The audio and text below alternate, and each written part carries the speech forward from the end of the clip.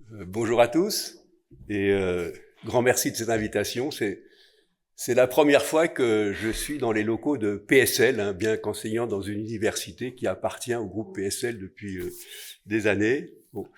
Et ça fait plaisir de voir que effectivement derrière le mot PSL, il y a des personnes, il y a des étudiants même, il y a des mots. Donc je suis ravi d'être avec vous ce matin. Bon, je vais vous faire une présentation ultra rapide. Carbone fossile, carbone vivant, réinventer le système énergétique. Alors, le titre vous paraît un tout petit peu abscon, donc je vais tout de suite expliquer la formule. C'est subsidiairement le titre de mon dernier ouvrage. Lorsque on parle climat, on est face à un problème de stock. On sait bien que pour stabiliser la température moyenne, il faut stabiliser le stock de gaz à effet de serre. Et pour stabiliser le stock de gaz à effet de serre, il faut arriver à ce qu'on appelle la neutralité. Et la neutralité implique deux énormes transformations pour nos sociétés. Un, le carbone fossile. Trois produits, le charbon, le pétrole et le gaz, sont à l'origine de 70% des émissions mondiales de gaz à effet de serre. Il n'y a donc pas de marche vers la neutralité climat si nous ne sortons pas nos économies de cette dépendance, je dirais même de cette addiction aux énergies fossiles. C'est ce qu'on appelle couramment la question de la transition énergétique qui maintenant est relativement bien documentée. Mais imaginons que en 2050, nous ayons réussi à nous défaire de cette dépendance aux énergies fossiles. Serions-nous automatiquement en neutralité climat? Non, tout dépend de ce qui va se passer sur le carbone vivant. Le carbone vivant, autrefois, les fossiles ont été du carbone vivant qui se sont fossilisés pendant des millions d'années. Le carbone vivant, ce sont toutes les activités économiques qui se succèdent le long du cycle du carbone qui transite par la photosynthèse et permet de produire la nourriture, etc. Alors, le carbone vivant, c'est à l'origine de 25% des émissions mondiales de gaz à effet de serre. Il n'y aura donc pas de marche vers la neutralité climat si nous n'agissons pas également sur le carbone vivant. J'ajoute un point. Souvent, on se dit, le carbone vivant, bon, c'est l'agriculture, la forêt, c'est pas de l'énergie. Si. Le carbone vivant, c'est aussi de l'énergie. C'est d'abord l'énergie alimentaire, qui est notre première source d'énergie primaire, et puis une grande partie de l'énergie des systèmes énergétiques qui va aussi prélever dans la biomasse. Donc, moi, je voudrais vous présenter, sous l'angle technologique, 4 points qui me semblent importants liés à cette présentation de la transition bas carbone à partir du carbone fossile et du carbone vivant. Sur le carbone fossile, la problématique des économistes, c'est d'introduire de la rareté. C'est assez nouveau, les économistes n'ont pas été formés pour apprendre comment est-ce qu'on va introduire de la rareté. Il va falloir introduire de la rareté en sortant 3 produits, le charbon, le pétrole et le gaz du système, et donc tous les actifs économiques qui servent à produire ou à consommer ces énergies fossiles. Ça veut dire qu'il faut avoir à la fois un mouvement d'investissement et de désinvestissement. Il va falloir agir à la fois sur l'offre et sur la demande d'énergie.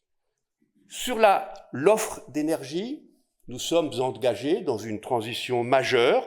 Cette transition majeure consiste à basculer d'un système énergétique qui fonctionne depuis bien longtemps sur l'exploitation de stocks d'énergie vers un système qui sera basé sur les énergies de flux. Les énergies de flux et d'abord les énergies qui sont capables de capter le flux énergétique du soleil, le flux du vent, le flux de l'eau, etc. Alors, sous l'angle des technologies, en réalité, toutes les technologies de rupture dans l'offre énergétique sont disponibles à la fin du XIXe siècle.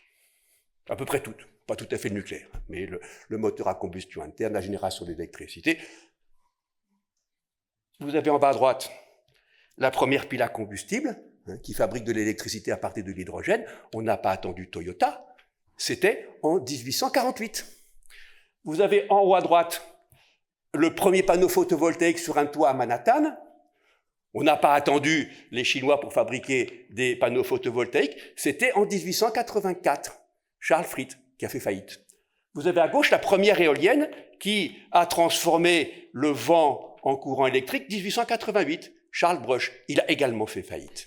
Qu'est-ce qui s'est passé? Pendant un peu plus d'un siècle, les énergies fossiles ont gagné toutes les batailles économiques en termes de coûts de production. Et sur les 15 ou 20 dernières années, il y a un changement majeur qui est en train de se produire, qui s'est déjà largement produit pour la production d'électricité, c'est que les énergies de flux ont gagné la bataille des coûts par rapport aux énergies fossiles. Aujourd'hui, si vous voulez produire de l'électricité de façon compétitive, n'allez pas chercher du pétrole ou du gaz comme voudrait le faire un certain Donald Trump, allez plutôt chercher du vent et du soleil. C'est beaucoup plus compétitif pour la production d'électricité. Et bientôt, ce sera beaucoup plus compétitif pour tous les usages sur lesquels on va électrifier la source d'énergie, notamment le véhicule électrique, qui est potentiellement beaucoup plus compétitif que le véhicule thermique. Il faut 2 fois moins d'ouvriers pour construire un véhicule électrique qu'un véhicule thermique. Donc, cessons de dire que le véhicule électrique est beaucoup plus coûteux que le véhicule thermique. Ça, c'est la première révolution qui concerne l'offre d'énergie. Côté demande,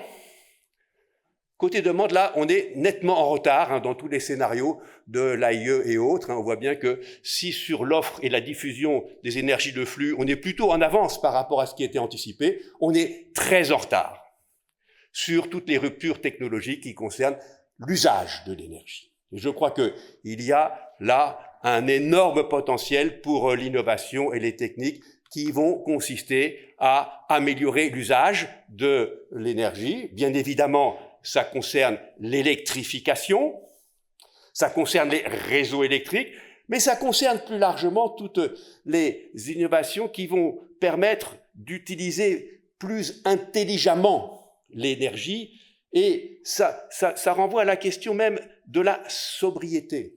Souvent, on présente la sobriété comme étant une sorte d'acte citoyen, des citoyens qui vont effectivement, pour le bien commun, faire des efforts personnels. Je crois qu'il y a un malentendu là-dessus. La sobriété va se développer beaucoup plus rapidement si on trouve des modèles économiques, des modèles technologiques de la sobriété. Et là, nos entreprises, nos laboratoires ont beaucoup à faire. Par exemple, dans la lumière, bon, c'est bien connu, le LED a apporté beaucoup, mais encore faut-il ensuite prolonger l'effort sur l'usage du LED. Dans le transport, la question de la vitesse est majeure. On a construit beaucoup d'innovations dans le secteur des transports sur l'idée d'avoir des objets qui vont plus vite. Mais pourquoi aller plus vite ? Pourquoi cet impératif de vitesse, si vous voulez ? Oui, donc, il y a beaucoup d'innovations qui vont concerner le mode d'utilisation de l'énergie, et puis beaucoup d'innovations qui vont consister à basculer, donc à sortir les actifs économiques gris qui sont liés à la production ou à la consommation d'énergie fossile vers des actifs verts. C'est pour ça que la question du désinvestissement des énergies fossiles, je pense, est très fortement sous-estimée par les économistes. Là, je vous ai donné les 2 premières pistes d'innovation sur basculement d'un système qui fonctionne sur les stocks vers les énergies de flux, basculement vers des innovations qui vont concerner l'usage de l'énergie, et on est dans le carbone fossile. Je voudrais, dans les 5 petites minutes qui me restent, vous parler du carbone vivant, qui, je le rappelle, est de l'énergie. Alors, sur le fossile, il faut introduire de la rareté. Sur le carbone vivant, il va falloir au contraire réinvestir dans la diversité, dans l'abondance, mais pas l'abondance des biens et services matériels, dans l'abondance du vivant, dans la diversité du vivant. Et c'est une révolution majeure, c'est une révolution aussi importante pour les technologies que la révolution sur des énergies fossiles. Elle a 2 facettes que je vais juste esquisser compte tenu du temps de parole qui m'est imparti. 1, la production de la biomasse vivante. Toutes les transformations des systèmes de production de biomasse, le système agricole, mais le système forestier, ont été construits au cours des 70 dernières années sur des idées de spécialisation, de chimisation, d'économie d'échelle, d'homogénéisation du matériel vivant. Hein. Aujourd'hui, vous faites 90% de la production mondiale de blé avec moins de 7 variétés de blé. C'est pareil sur le riz. Ce système, qui a eu son heure de gloire, n'est pas résilient. Il n'est pas résilient dans la durée parce qu'on affaiblit la capacité de reproduction de la biomasse vivante. Il n'est encore moins résilient compte tenu des impacts du réchauffement climatique. Et donc nous avons devant nous une énorme révolution sur la façon dont on va produire cette biomasse alimentaire, cette biomasse vivante pour des usages énergétiques. Et là, les questions sont des questions majeures parce que l'équilibre alimentaire du monde est en jeu. Et je termine par les puits de carbone. Lorsqu'on envoie 100 tonnes de CO2 dans l'atmosphère, vous en avez un peu plus de la moitié qui sont absorbés par les puits de carbone. 25% par l'océan, un peu plus de 25% par le puits de carbone terrestre. Il est absolument crucial de protéger ces puits de carbone si nous voulons réellement viser la neutralité climat à différents horizons. Or, les puits de carbone sont affaiblis par des impacts anthropiques, la déforestation par exemple, mais aussi la surpêche sur le puits de carbone océanique, mais également par des rétroactions climatiques. Le réchauffement climatique, les sécheresses à répétition fragilisent le milieu naturel et affaiblissent sa capacité à absorber le CO2. Donc la protection des puits de carbone requiert des politiques publiques et des actions et des innovations technologiques qui sont à la fois dans le domaine de l'atténuation du réchauffement climatique et de l'adaptation du réchauffement climatique. On ne peut pas dissocier adaptation et atténuation pour le carbone vivant. Et là, on a énormément besoin d'innovation sur tout ce qui concerne la protection des puits de carbone naturels. Je voudrais terminer par juste ce slide que j'ai fait, j'allais dire pour vous, c'est pas tout à fait vrai, je l'ai fait pour mon site, à la lecture du dernier rapport du Global Carbon Budget 2024. Il y a un slide absolument incroyable. Il compare les puits de carbone artificiels qui ne font pas usage du milieu naturel.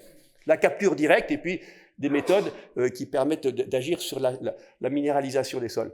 Ça absorbe aujourd'hui 1/1000 des émissions humaines.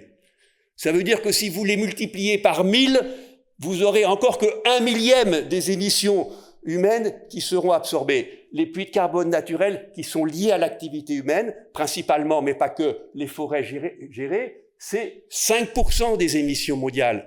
Donc vous voyez que si vous perdez 1% de la capacité des puits de carbone naturels, vous êtes très très loin de tout ce que vous pouvez espérer capturer grâce à des méthodes artificielles. Donc ma conclusion, qui est valable pour les puits de carbone, mais qui est valable pour l'ensemble de la présentation, c'est que les innovations pour reconstruire le système énergétique, vous avez un grand nombre d'innovations qui sont liées au carbone fossile et à ce qu'on appelle habituellement la transition énergétique, mais un réservoir absolument indispensable d'innovation est nécessaire pour également assurer la transition du carbone vivant.